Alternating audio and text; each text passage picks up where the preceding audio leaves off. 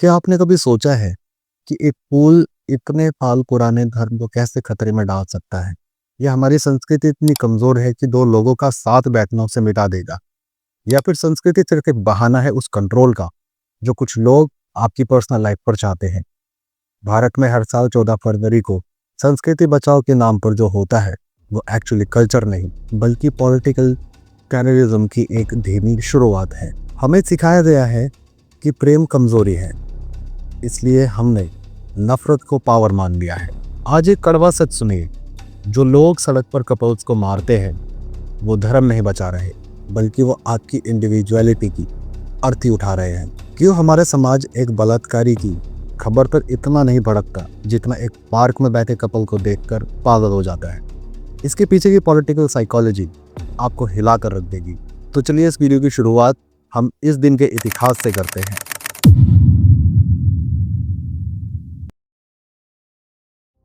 Third century रोम, चारों तरफ तलवारों की गूंज और जंग का डर। रोम का एम्परर क्लॉडियस II एक क्रूर शासक था। उसका मानना था कि एक अकेला मर्द एक शादीशुदा मर्द से बेहतर सिपाही होता है। उसका मानना इसलिए था क्योंकि उसके पीछे रोने वाली बीवी नहीं होती और ना ही घर लुटने की तड़प उसके अंदर होती है। इसलिए क्लॉडियस ने एक अजीब और बेरहम फरमान जारी किया। रोम में कोई भी सिपाही शादी नहीं करेगा। शहर की गलियों में सन्नाटा छा गया। मोहब्बत पर कानून का पहरा लग चुका था। लेकिन उसी रोम की एक अंधेरी कोठरी में एक पादरी था जिसका नाम था वैलेंटाइन। वैलेंटाइन का मानना था कि इश्क कोई गुनाह नहीं बल्कि खुदा का दिया हुआ सबसे बड़ा तोहफा है। जब पूरा रोम डर के साए में जी रहा था, वैलेंटाइन ने बगावत की राह चुनी। वो रातों के अंधेरे में मोमबत्ती की हल्की रोशनी में उन सिपाहियों की शादी करवाने लगा जो अपनी मोहब्बत को खोना नहीं चाहते थे। लेकिन बगावत की खुशबू ज़्यादा दिन तक छुपती नहीं। एक रात वैलेंटाइन पकड़ा गया। क्लॉडियस ने उसे जेल में डाल दिया और मौत की सज़ा सुनाई। कहते हैं जेल में रहते हुए वैलेंटाइन को वहाँ के जेलर की अंधी बेटी जूलिया से एक गहरा अटैचमेंट हो गया। वैलेंटाइन ने अपनी दुआओं और यकीन से जूलिया की आंखों की रोशनी वापस ला दी। ये इश्क नहीं था, ये उस एम्पैथी और प्योरिटी का रिश्ता था जिसे दुनिया समझ नहीं पाई। 14th फरवरी 270 AD वो आखिरी सुबह थी। मौत के तख्ते पर जाने से पहले वैलेंटाइन ने जूलिया के लिए एक आखिरी खत लिखा। उस खत के नीचे उन्होंने वो शब्द लिखे जो आज 1700 साल बाद भी हर प्रेमी की जुबान पर है, फ्रॉम योर वैलेंटाइन। वैलेंटाइन की मौत ने उन्हें एक शहीद बना दिया। लोग ये भूल गए कि वो एक पादरी थे, लेकिन याद रहा तो सिर्फ ये कि उन्होंने इंडिविजुअलिटी और चुनाव के लिए अपनी जान दे दी। आज जब हम वैलेंटाइन डे पर कपल को परेशान होते देखते हैं तो हमें वही एम्परर क्लॉडियस की झलक दिखती है। वो डर, वो कंट्रोल और वो नफरत जो प्रेम को बर्दाश्त नहीं कर सकता। इतिहास गवाह है, क्लॉडियस ने तलवार चलाई थी ताकि इश्क मिट जाए, लेकिन वैलेंटाइन ने अपनी मौत पर खत लिखकर मोहब्बत को अमर कर दिया। सत्ता हमेशा डर पर टिकी है और मोहब्बत हमेशा आज़ादी पर। इसलिए हर ज़माने का क्लॉडियस आज भी वैलेंटाइन से डरता है। वैलेंटाइंस डे को रोकने के पीछे सिर्फ संस्कार नहीं बल्कि गहरी सोशल और पॉलिटिकल साइकोलॉजी काम करती है। जब कोई ग्रुप सड़क पर उतरता है तो उनके दिमाग में चलने वाले प्रोसेस को हम 5 पॉइंट से समझ सकते हैं। The fear of cultural dilution. Psychology में इसे एक सिंबॉलिक थ्रेट कहते हैं। कुछ लोगों को लगता है कि अगर वेस्टर्न त्यौहार अंदर आएगा तो उनका अपना वजूद खत्म हो जाएगा। उन्हें लगता है कि वैलेंटाइंस डे एक ट्रोजन हॉर्स है जो उनके पुराने वैल्यूज को रिप्लेस कर देगा। ये डर उन्हें अग्रेसिव बनाता है क्योंकि वो अपनी आइडेंटिटी को डिफेंड कर रहे होते हैं। Territorial behaviour. इंसानी फितरत हमेशा अपने इलाके को लेकर होती है, यानी अपने इलाके पर कब्जा रखना। मोरल पॉलिसिंग करने वाले लोग समाज को अपना एक टेरिटरी मानने लग जाते हैं। जब वो कपल्स को पब्लिक प्लेसेस में देखते हैं तो उन्हें लगता है कि उनके घर का नियम टूट रहा है। प्राइवेसी ब्रेक करना उनके लिए एक तरीका है ये दिखाने का कि सड़क पर कानून नहीं बल्कि हमारी मर्जी चलती है। Sexual repression and frustration. ये एक बड़ा साइकोलॉजिकल फैक्टर है। एक ऐसे समाज में जहाँ प्रेम और अट्रैक्शन को शर्म की बात माना जाता है, वहाँ दूसरों को खुश देखना अक्सर चिढ़ पैदा कर देता है। जब कोई खुद वो आज़ादी इंजॉय नहीं कर पाता तो वो मोरल सुपीरियॉरिटी का मुखौटा पहनकर दूसरों की आज़ादी छीनकर एक अजीब सी साइकोलॉजिकल सेटिस्फैक्शन हासिल करने की कोशिश करता है। Collective narcissism. आपने अक्सर ये देखा होगा कि ये लोग कभी भी अकेले नहीं आते, हमेशा ग्रुप बनाकर आते हैं। जब कोई भीड़ का हिस्सा बनता है तो उसका अपना दिमाग काम करना बंद कर देता है। उसे लगता है कि हम सब एक साथ हैं तो हम गलत नहीं हो सकते। इसे कलेक्टिव नार्सिज्म कहते हैं। ये विश्वास कि मेरा ग्रुप या मेरा कल्चर ही सबसे ऊपर है और बाकी सबको हमें फॉलो करना चाहिए। Out group homogeneity. साइकोलॉजी के हिसाब से ये ग्रुप्स कपल्स को इंडिविजुअल्स की तरह नहीं देखते, वो उन्हें एक आउट ग्रुप की तरह देखते हैं जो गंदे वेस्टर्नाइज्ड लोग हैं।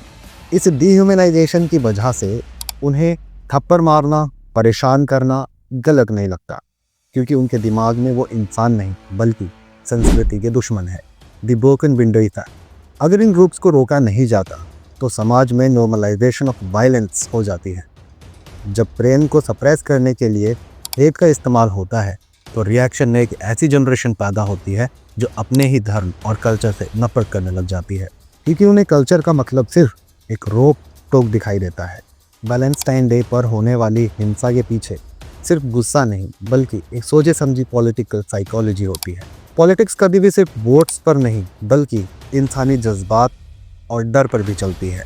अब इसका थोड़ा सा ब्रेक डाउन करके हम समझते हैं कि पॉलिटिकल साइकोलॉजी कैसे काम करती है। Identity politics. पॉलिटिकल ग्रुप्स को हमेशा एक दुश्मन की ज़रूरत होती है ताकि वो अपने सपोर्टर्स को एक साथ रख सके। जब तक कोई डर नहीं दिखाया जाएगा कि हमारी संस्कृति खतरे में है, तब तक लोग किसी ग्रुप से जुड़ते नहीं हैं। कपल्स को आउट ग्रुप या फॉरेन इन्फ्लुएंस का शिकार दिखाकर ये ग्रुप्स खुद को असली रक्षक की तरह पेश करते हैं। इससे लोगों में हीरो कॉम्प्लेक्स पैदा हो जाता है। Moral policing as a gateway to power. Privacy break करना एक साइकोलॉजिकल टूल है जिसे डोमिनेशन कहते हैं। जब कोई ग्रुप कानून को अपने हाथ में लेकर किसी को सड़क पर रोकता है तो वो एक्चुअली ये दिखा रहा होता है कि स्टेट की पुलिस और गवर्नमेंट से ज़्यादा उनका डर चलता है। इससे उनका सोशल कैपिटल और भी ज़्यादा बढ़ जाता है। लोग उनसे डरने लग जाते हैं और डर ही राजनीति में सबसे सस्ती और असरदार करेंसी होती है। The pure culture myth.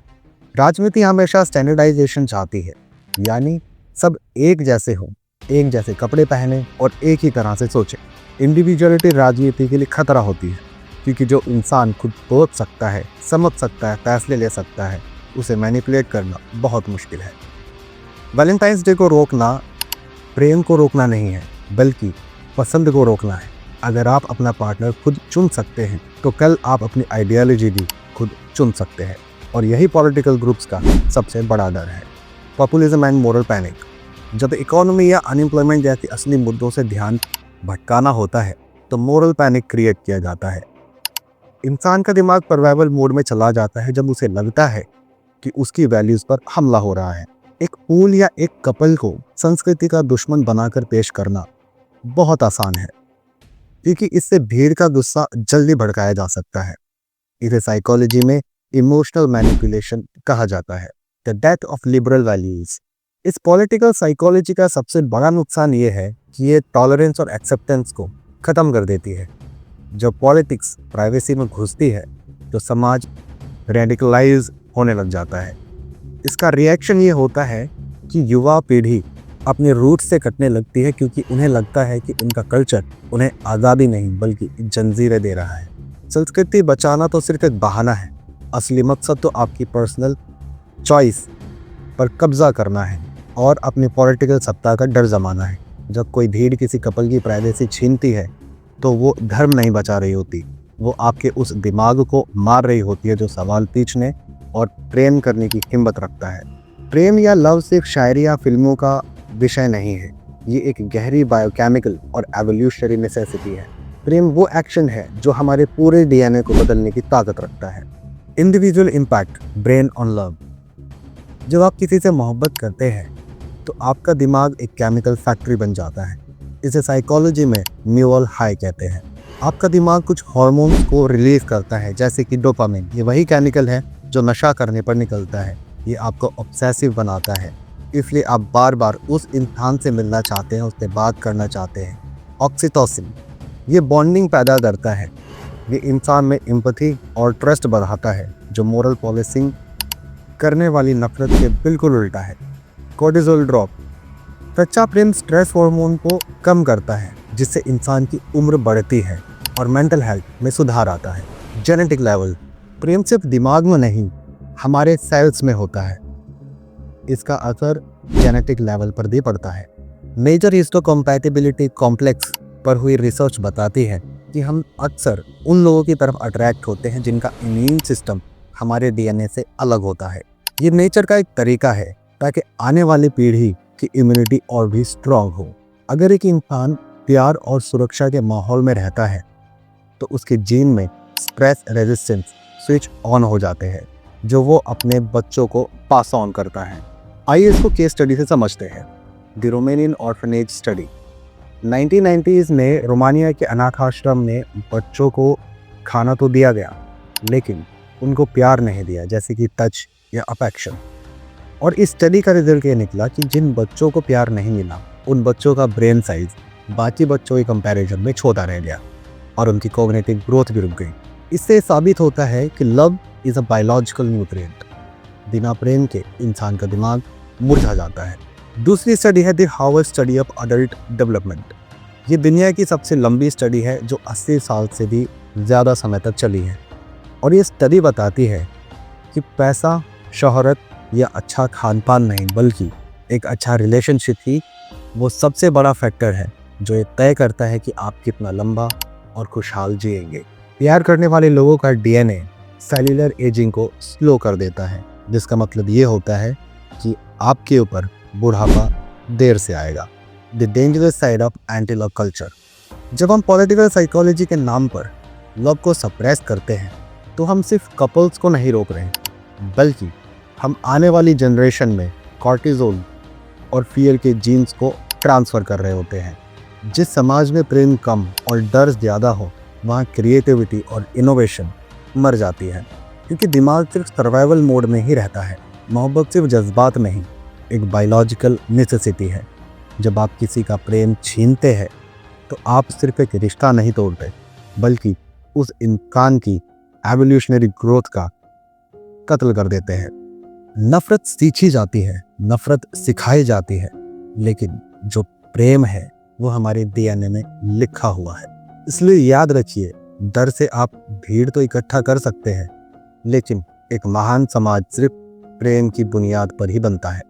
तो आज हमने देखा कि वैलेंटाइंस डे सिर्फ फूलों या कार्ड्स का त्यौहार नहीं है। इसके पीछे एक गहरा पॉलिटिकल साइकोलॉजी का खेल है, जो संस्कृति के नाम पर आपकी इंडिविजुअलिटी को कंट्रोल करना चाहता है। हमने समझा कि प्रेम कोई वेस्टर्न साजिश नहीं, बल्कि हमारे डीएनए की एक बायोलॉजिकल ज़रूरत है। केस स्टडी गवाह है कि जिस समाज से मोहब्बत छीन ली जाती है, वो समाज डर, नफरत और मेंटल इलनेस का ढेर बन जाता है। असली भारतीय संस्कृति डंडा चलाने में नहीं, बल्कि प्रकृति की रक्षा करने में है। याद रखिए, क्लॉडियस मर चुका है, लेकिन उसकी सोच आज भी जिंदा है।